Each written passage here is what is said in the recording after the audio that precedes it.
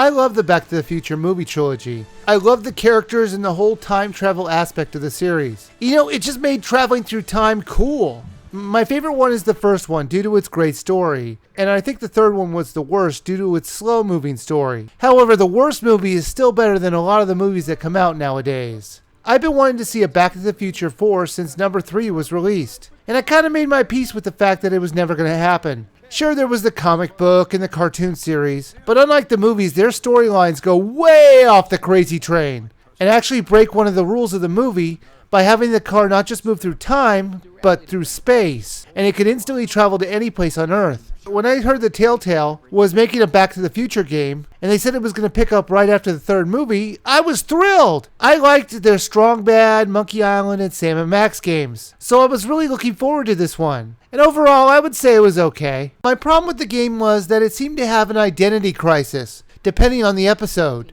The story starts up with the government selling off Doc Brown's stuff, then all of a sudden the DeLorean time machine comes out of nowhere with the dog Einstein at the wheel. Now you might be saying, wait, wasn't the car destroyed at the end of the third movie? But Doc Brown explains it this way. Do you remember when the DeLorean got struck by lightning in 1955?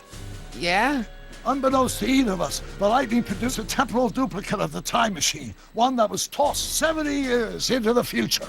Okay, wait a second there. Let's say that's what happened. If it copied the car, it would have copied everything, down to having 2 Emmett Browns. So why didn't the copy doc come back after he easily repaired the DeLorean in the year 2025 to rescue Marty, who was stuck in 1955 at the end of the second movie? But plot holes aside, Marty takes the time machine to 1931 to save his friend, and he changes 1 or 2 things that end up taking 5 episodes to fully fix. I liked how there was an overarching storyline, but the problem was the story was only deep enough for 3 episodes. It really felt like they were stretching out the plot, especially in the 3rd and 4th part, as it got extremely silly in those episodes. That's where the identity crisis comes in. The title wants to be taken seriously with some real dramatic moments and plot lines, and then it bookends that with the craziness of the cartoon. It's like the creators couldn't decide if they were going to make a sequel to the movies or a sequel to the cartoon, so they just went for both. And it doesn't really work that well. There are 2 main villains, which I won't spoil, but at least one of them was effective. The other one I was a bit mixed on. This person might have been bad, but they still seemed redeemable. That helped with the storyline that they were trying to portray. It was very hard to hate this person. You just pity them more. And while it's true they both get a happy ending, it really feels forced.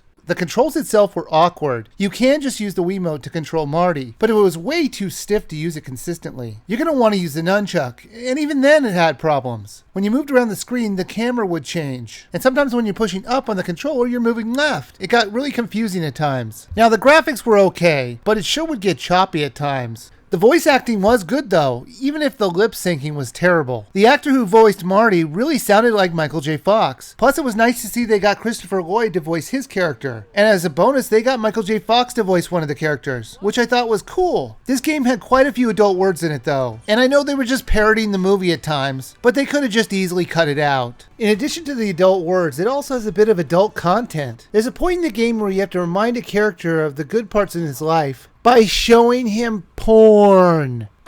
Look! Girly mags! Boobies! I can't believe they put that in the game, let alone a Nintendo game. I mean, I know this is just a port, but come on! That and the few bad words are probably the reason this got a T rating. The puzzles were normal adventure game craziness, where 2 objects will be needed to use together in order to accomplish a task, but sometimes you'd have to really think outside the box to figure it out. All of the episodes were free to play in any order you want. I would suggest you play the game in order, but that's not a requirement. Back to the Future, the game, was an interesting trip back to this fun world. While I think the story was stretched out too thin, it was still interesting enough to finish out, just to see how it all turned out. And I liked how it answered all the questions I had. And it even left itself open to another set of games in the series, in a very funny way. You could beat the game over a few days, since each episode only takes 2 hours to complete. And unlike other games from this publisher, there are no bonus items or after-game extras. But I do think it is worth a rent.